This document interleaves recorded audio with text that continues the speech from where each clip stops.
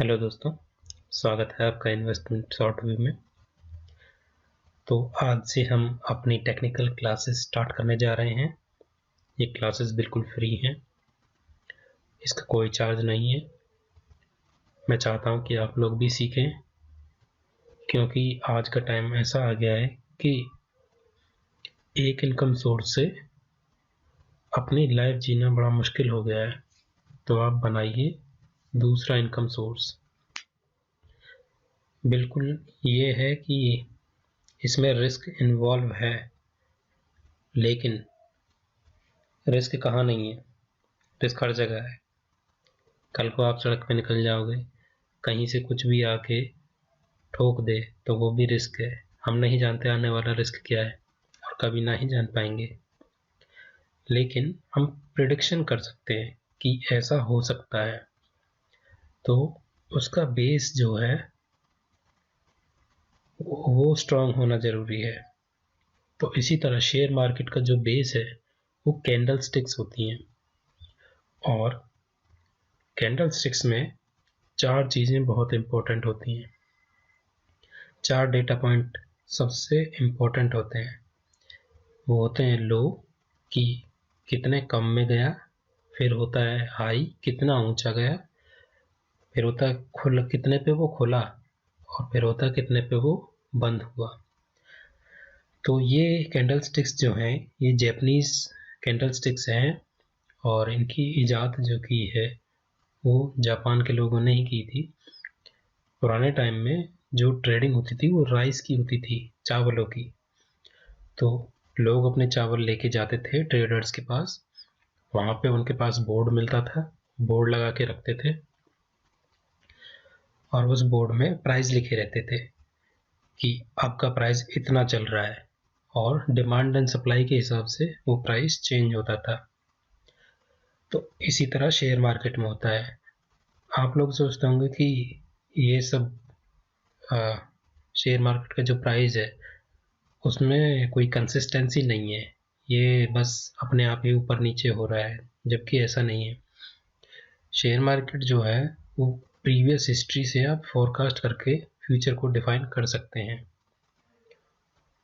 और धीरे धीरे जब आप इसे प्रैक्टिस में लाएंगे तो आप जब इसमें मास्टर हो जाएंगे तो आप बहुत इजीली अपने प्रॉफिट्स को निकाल पाएंगे। ज़िंदगी में सेकेंडरी सोर्स होना बहुत ज़रूरी है। एक सोर्स जिस दिन गया उस दिन आप घर बैठ जाओगे और कुछ नहीं मिलेगा। और इससे अच्छा ये भी है, जब रिस्क हर जगह ही है, बैंकों में भी रिस्क है, क्या पता बैंक कल को बंद हो जाए और पैसा आपका फंसा रह जाए। तो रिस्क उठाना सीखिए, अपने टाइम को लर्निंग में लगाइए।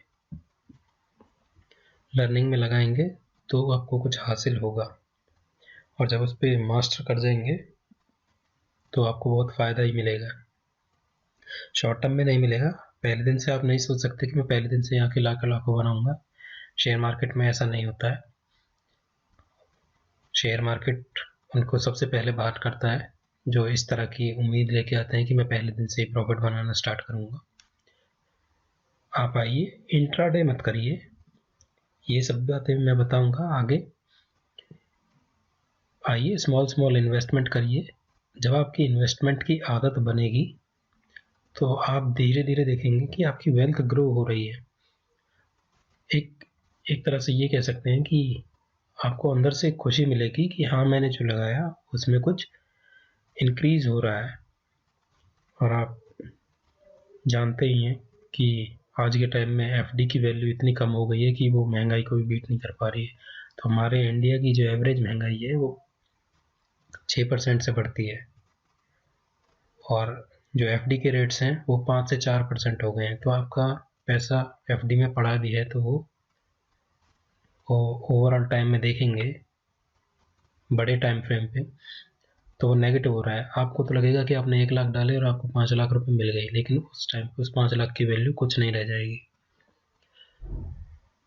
तो शेयर मार्केट एक ऐसी चीज है जहाँ पे पेशेंस, ग्रीड, इमोशन और फियर, इन पे काबू करना होता है। जो इन पे काबू कर लेगा वो पैसा बनाना स्टार्ट कर देगा। पहले चावलों की ट्रेडिंग ऐसे होती थी, तो उसमें क्या होता था, ऐसे ही लो होता था। तो जैसे इस कैंडल में आप देख सकते हैं, ये बीच की कैंडल है, ये इसकी विक्स है। इसको विक्स बोल सकते हैं, शैडो भी बोल सकते हैं, आप डंडी बोल सकते हैं, कुछ भी बोल सकते हैं। तो ये क्या है, ये ग्रीन है, मैंने इसको ग्रीन बनाया है, तो बुलिश कैंडल है।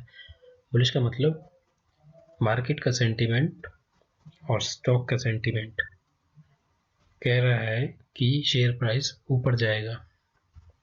तो ये देखिए, जब मार्केट ओपन हुआ तो इसने 250 रुपये का लो बनाया, तो इसलिए ये नीचे की ये विक बन गई। और जब मार्केट का सेंटीमेंट पॉजिटिव था तो बायर्स इस प्राइस को ऊपर लेके आए, और जब जैसे ही 9:15 बजे ट्रेडिंग स्टार्ट हुई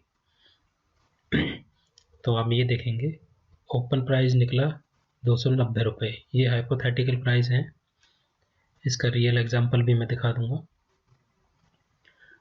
तो उसके बाद जब सेशन चला 9:15 से लेके 3:30 बजे तक सेशन चला, तो उसमें ये आप देखेंगे कि कैंडल पूरी ग्रीन बनके 350 के हाई तक गई, लेकिन उधर से सेलर्स ने प्रेशर नीचे लगाया और उसको 320 पे क्लोज करा दिया। तो ये जो पॉइंट होता है ये क्लोज वैल्यू होती है, और ये जहाँ से ये ओपन हुआ ये ओपन वैल्यू होती है। तो ये आपको ग्रीन कैंडल समझ में आ गई होगी। इसी तरह होती है बियरिश कैंडल। आप ये ध्यान देना, बुलिश कैंडल में ओपन प्राइस नीचे होता है, क्लोजिंग प्राइस ऊपर होता है, क्योंकि हम प्राइस को ऊपर ले जा रहे हैं। तो आइए अब देखते हैं इसकी बियरिश कैंडल। तो आप बियरिश कैंडल देखेंगे, इसमें बाकी चीज़ें सेम थी, ये चीज़ें चेंज हो गई हैं। ओपन प्राइस ऊपर आ गया है, क्लोजिंग प्राइस नीचे आ गया है। क्योंकि हम शेयर प्राइस को नीचे लेके आ रहे हैं, तो प्राइस ओपन जो होगा ऊपर से होगा। हाई ओपन यहाँ पे हुआ, बायर्स के पास 350 मतलब हाई लेके गए थे, सेलर्स उसको लेके आए 320 पे जब मार्केट ओपन हुआ, सेलर्स मार्केट के सेंटीमेंट्स को देखते हुए प्राइस को नीचे ले गए। जब प्राइस को नीचे ले गए तो वो लेके गए 250 रुपये तक। फिर बायर्स आए और बायर्स ने यहाँ पे इस प्राइस को 290 पे क्लोजिंग करवाया। तो आप ये देख सकते हैं, ये हो गई आपकी बियरिश कैंडल। तो इससे आपको क्या समझ में आया? इससे ये आपको समझ में आया, मार्केट में दो चीज़ें चलती हैं, डिमांड एंड सप्लाई। अगर डिमांड ज़्यादा होगी तो शेयर प्राइस ऊपर जाएगा, डिमांड कम होगी तो शेयर प्राइस नीचे आएगा। तो इसी तरह होता है। हम आगे भी और सीखेंगे, इन कैंडल्स के बारे में डीपली एनालिसिस करेंगे। अभी के लिए वीडियो मैंने छोटा रखा है ताकि आपके बेसिक क्लियर हों और आपको चीज़ें स्टेप बाय स्टेप समझ में आए, कैसे शेयर मार्केट परफॉर्म करता है। तो आइए एक एग्जांपल देख लेते हैं। मान लीजिए मेरे पास ये रिलायंस का मंथली चार्ट है, तो मैं यहाँ पे फोकस करता हूँ। तो आप यहाँ देखेंगे ग्रीन कैंडल है, तो इसकी विक बनी हुई है। विक आप देखेंगे, ये 1030 पे प्राइस ओपन हुआ, विक बनाई उसने 1000 या 1030 के पास इसने विक बनाई। ओपन कहाँ से हुआ? 1103 पे ओपन हुआ। सेंटीमेंट उस दिन पॉजिटिव था, तो वो प्राइस गया कहाँ तक? 1508 रुपये तक। लेकिन सेलर्स ने उसको मार्केट ख़त्म होते होते कहाँ क्लोज करवा दिया? 1444 रुपये पे। तो आप ये देखिए, यहाँ पे 1103 रुपये पे ओपन हुआ और 1444 रुपये पे ये क्लोज हुआ। ये मंथली कैंडल है। तो एक महीने में प्राइस का मूवमेंट कितना आया? 1111 से लेके 1452 तक, ऑलमोस्ट 300-400 रुपये का मूवमेंट आया। तो इसी तरह नेगेटिव कैंडल देखते हैं क्या हुआ। ये वाली देखते हैं। इसमें क्या हुआ, ओपन हुआ, प्राइस ओपन हुआ 2336 रुपये पे। विक जो बनी थी, ये विक जो बनी थी वो 2320 रुपये पे बनी, और स्टार्टिंग कहाँ से हुई, 2263 रुपये से। और शेयर प्राइस नीचे गया, नीचे गया, कहाँ तक नीचे गया, 1995 रुपये तक नीचे गया। और क्लोजिंग कहाँ दी, जब बायर ने प्रेशर लगाया 2052 पे क्लोजिंग हो गई। तो यहाँ के ओपन और यहाँ के जो प्राइस थे ओपन और क्लोज वाले, हम उनको ही काउंट करते हैं। तो वो कितने रहे, 2263 से प्राइस गिरा पे 2052 रुपये पे ये क्लोज हो गया। तो 200 पॉइंट का डाउन आया इस मंथ में, ये अक्टूबर मंथ है। तो आप इससे ये दो चीज़ें समझ गए कि विक कैसी होती हैं। हम आगे धीरे धीरे जैसे और बढ़ेंगे, इसमें हम और डीप डाइविंग करेंगे और सीखेंगे कि हर एक जो कैंडल होती है उसका क्या मीनिंग होता है। ये छोटी कैंडल क्यों बन रही है, या कुछ ऐसी कैंडल क्यों बन रही है, इनका क्यों नीचे शेडो नहीं है। हर तरह की कैंडल का हम एनालिसिस करेंगे। ये स्पिनिंग टॉप क्यों बन रही है, तो हर कैंडल का नाम है और उसके पीछे एनालिसिस है। जब आपकी आंखें इन्हें पढ़ना सीख जाएंगी तब हम आगे टेक्निकल इंडिकेटर्स पे जाएंगे। बेस यही है। अगर आपको यही पढ़ना नहीं आया तो आप शेयर मार्केट में फिर वो स्पेकुलेशन की तरह कहीं भी प्राइस पे बाय करेंगे और फिर अपना नुकसान ही करेंगे और कहीं भी सेल करेंगे। बस वो तुक्का होगा अगर आपका प्रॉफिट लगा भी तो, और तुक्का हर बार नहीं चलता है। आपको प्रोफेशनली ट्रेंड रहना पड़ेगा, और ट्रेंड रहने के लिए आपको डीप डाइविंग से सीखना पड़ेगा सब कुछ।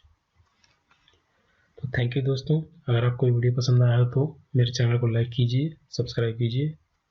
मैं आगे इसके और पार्ट्स भी डालूँगा तो आपको इसकी अपडेट मिल जाएगी।